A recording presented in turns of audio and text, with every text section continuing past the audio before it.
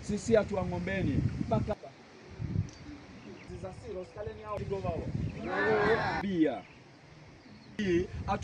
sema kuwa na tunatueleka ujumbe wetu moja kwa moja kwa rais, kuwa tunasema kuwa sisi tunataka haya mashamba yetu yarudi mikononi mwetu sisi wenyewe. Tunahitaji mkusanyiko huu, muungano huu, tukutane na wewe rais, kwa ajili uzungumze na sisi, ujue zile shida tulizonazo sisi. Hatuna viongozi ambao tumewategemea, isipokuwa kiongozi ambaye tumemtegemea sasa ni wewe, ambaye hivi sasa uko katika siasa. Tukomboe. Mimi mtu mzima, niko na miaka 60. Sasa mjukuu wangu au mwanangu ataishi wapi kama nyumba yangu ya rumu 6?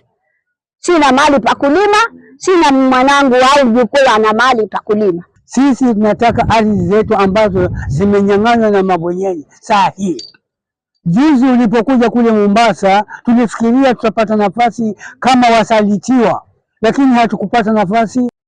Hawa jamii ni watu 4,500 ndio ambao wameathirika katika eneo zima la kutoka Ngombeni mpaka Kinondo,